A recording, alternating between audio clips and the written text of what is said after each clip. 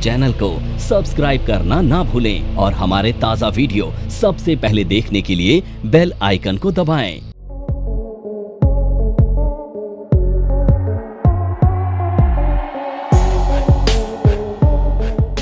तो अब हम बात करते हैं जो सेकेंडरी मार्केट होते हैं ना उसके पार्टिसिपेंट्स की। तो सेकेंडरी मार्केट तो आपको पता चल गया किसे कहते हैं, एक्सचेंज को। जहां पर शेयर लिस्ट होता है उसको हम एक्सचेंज बोलते हैं और वही सेकेंडरी मार्केट होता है। ठीक है। अब ये जो सेकेंडरी मार्केट है ना इसमें पार्टिसिपेंट्स हैं। तो सबसे पहला पार्टिसिपेंट वो है सेबी। अब ये सेबी कौन है पता है आपको? Security exchange board of India, जो है स्टॉक मार्केट का रेगुलेटर। इसकी ज़रूरत पता है क्यों है? इसकी ज़रूरत इसलिए है ताकि किसी के साथ भी कुछ गलत हो तो वो कहाँ पर जाकर जस्टिस मांगेगा? सेबी पे। तो सेबी स्टॉक मार्केट रेगुलेटर है और बहुत एक्टिव रेगुलेटर है। ठीक है।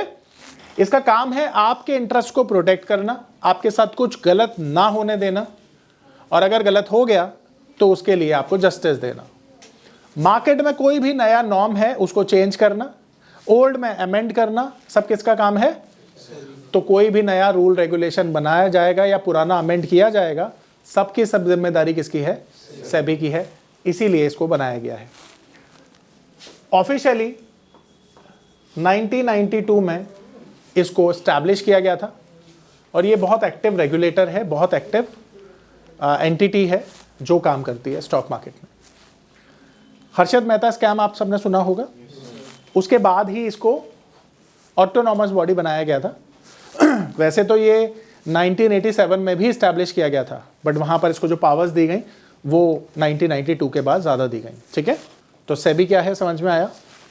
इसके बाद हम बात करते हैं एक्सचेंज की। अब ये जो एक्सचेंज है ना, ये प्लेटफॉर्म है जहाँ पर सिक्योरिटीज़ में ट्रेड किया जाता है। अगर आपको कोई भी शेयर खरीदना है तो आप कैसे खरीदेंगे? यहाँ पर जाकर। अब अगर हम एक्सचेंज की बात करें ना तो दो तरह के एक्सचेंज होते हैं। पहला नेशनल एक्सचेंज, दूसरा रीजनल एक्सचेंज। देखो नेशनल एक्सचेंज भी इंडिया में दो हैं जहां पर आप इक्विटी में ट्रेड करते हो। पहला तो है एनएससी और दूसरा है बीएससी।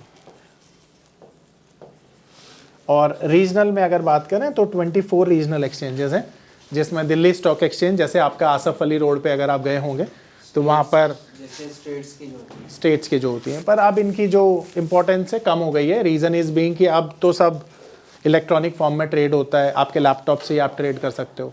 पर पहले क्या होता था, जब इलेक्ट्रॉनिक ट्रेडिंग नहीं होती थी ना, तो पहले फिजिकल शेयर्स में ट्रेड होता था। फिजिकल शेयर्स मतलब पेपर फॉर्म में।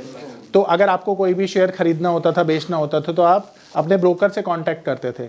तो एनएससी और बीएससी तो मुंबई में था, आप रोज़ मुंबई थोड़ी ट्रैवल कर सकते थे। तो इसीलिए आपके लिए ये जो स्टेट लेवल है यहाँ पर एक्सचेंज बनाए गए थे, पर अब तो उसकी ज़रूरत ही नहीं है ना, तो इसीलिए इंपॉर्टेंस उनकी कम हो गई है। ठीक है, आ रही बात समझ में?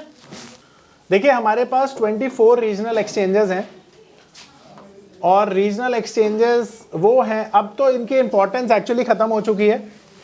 पहले इनकी इंपॉर्टेंस थी जब फिजिकल ट्रेडिंग हुआ करती थी, उस समय पे इनकी इंपॉर्टेंस हुआ करती थी। तो एनएससी का एस्टैब्लिशमेंट हुआ था 1992 में और बीएससी का एस्टैब्लिशमेंट हुआ था 1875 में। और बीएससी एशिया का ओल्डेस्ट स्टॉक एक्सचेंज है, ध्यान रखना। आज के समय में सबसे बड़ा स्टॉक एक्सचेंज कौन सा है इंडिया का? एनएससी। अब देखो बीएससी में ना 5500 प्लस कंपनीज लिस्टेड हैं और एनएससी में ना 2100 प्लस कंपनीज लिस्टेड हैं। और ऐसा भी है कि दोनों में कुछ कॉमन कंपनीज भी लिस्टेड हैं। तो इन टोटल 7000 8000 कर देते हैं, 8000 प्लस कंपनीज लिस्टेड हैं अगर हम ओवरऑल मार्केट की बात करें तो। ऑलमोस्ट अप्रॉक्स, ठीक है, बहुत सारी कंपनियां नई नई आती हैं, पुरानी जाती हैं, तो अप्रॉक्स फिगर जो है ये 8000 के पास है। आप जिसमें चाहें उसमें भी ले सकते हैं, कोई दिक्कत नहीं है।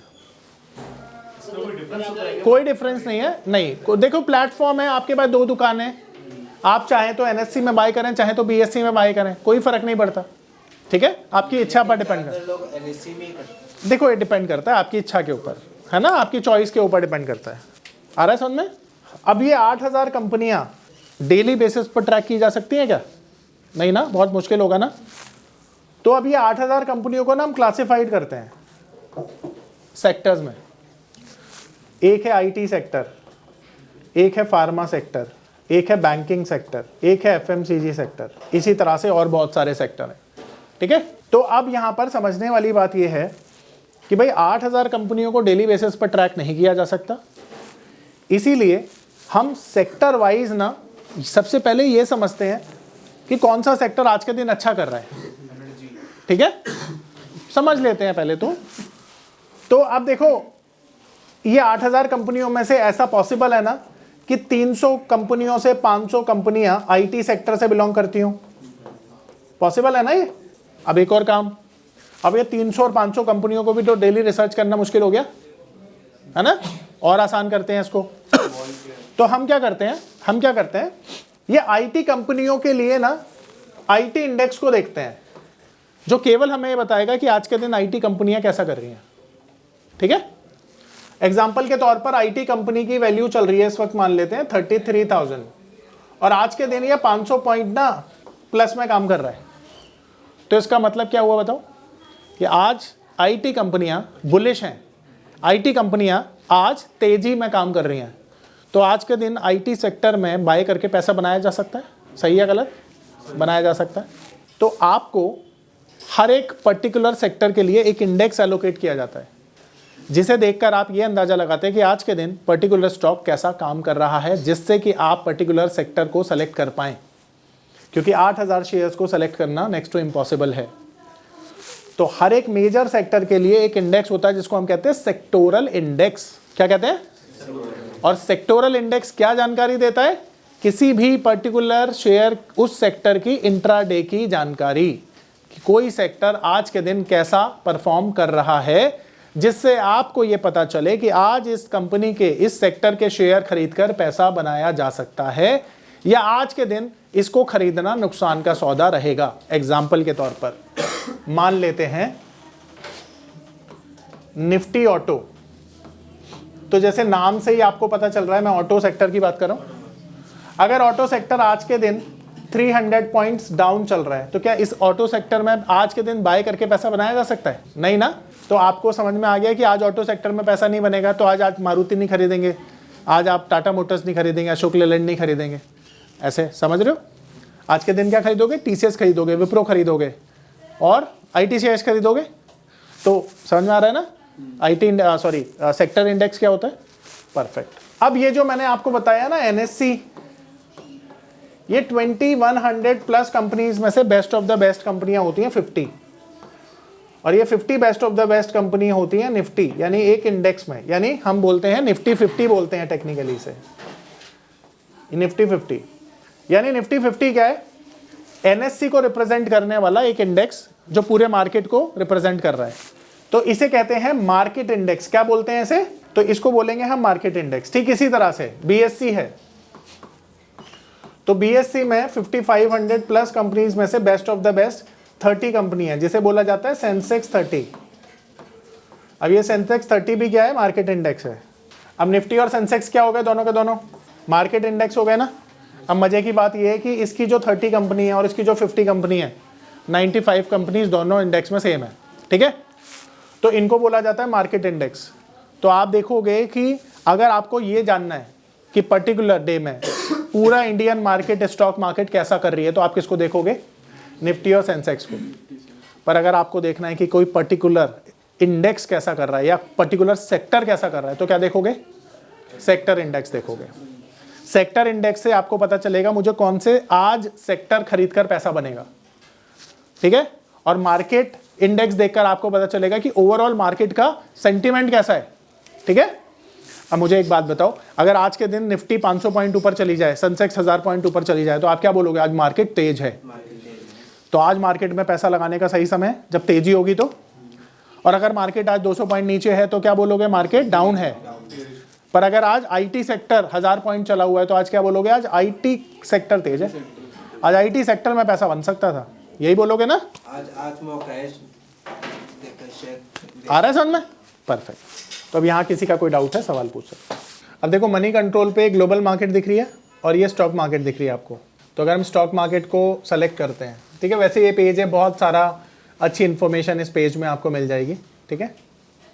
तो देखो नॉर्मली आपको क्या मिलता है यहाँ पर, ये कंपनीज के बारे, ये देखो सबसे पहले तो ऊपर आप देखो निफ्टी 50 है, तो निफ्टी 50 और सेंसेक्स क्या हो गया, मार्केट इंडेक्स हो गया।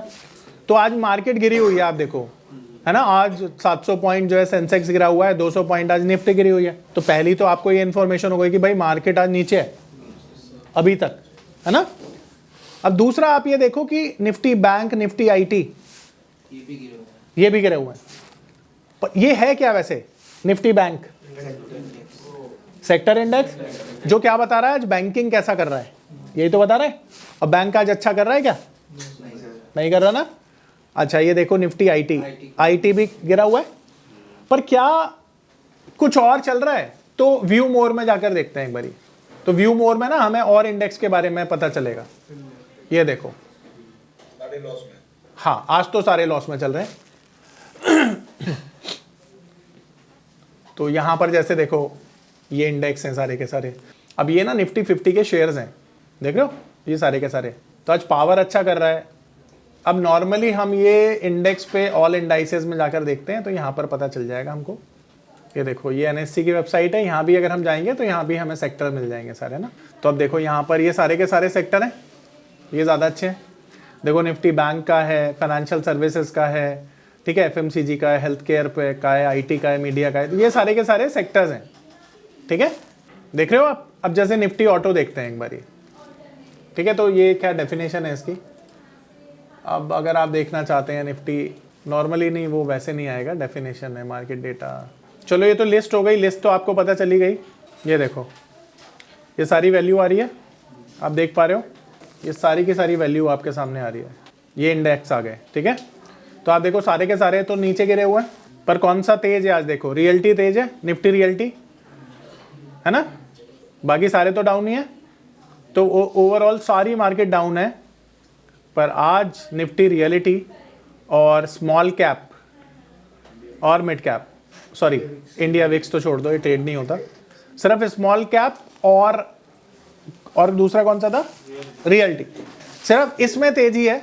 बाकी पूरा मार्केट मंदा है, ठीक है। तो यहां से आप देख सकते हो। मेरा नाम है अतुल, मैं एक नामी होटल में मैनेजर के तौर पर जॉब करता था। मार्च 2020 में लॉकडाउन के दौरान मेरी जॉब चली गई। उसके बाद मुझे घर चलाने और बच्चों के भविष्य की चिंता होने लगी।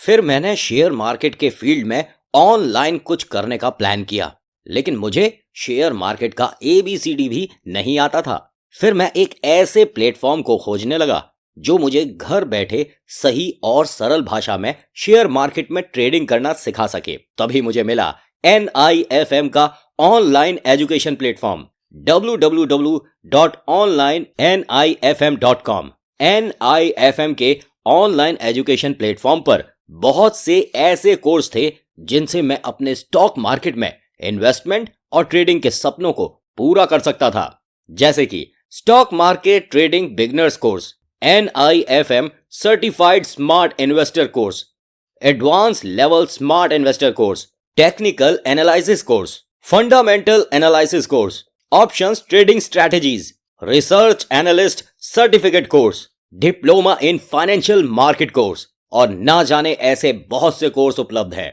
फिर मैंने www.onlinenifm.com की साइट पर जाकर NIFM का NIFM certified smart investor course को ऑनलाइन परचेज किया, जिसको सीखने के बाद मैंने जाना कि शेयर मार्केट से पैसा कमाना कितना आसान है। बस आपको एक सही प्लेटफॉर्म की जरूरत है, जो है www.onlinenifm.com। NIFM के ऑनलाइन प्लेटफॉर्म की वजह से मैंने लॉकडाउन के दौरान शेयर मार्केट से अच्छी इनकम भी जनरेट की।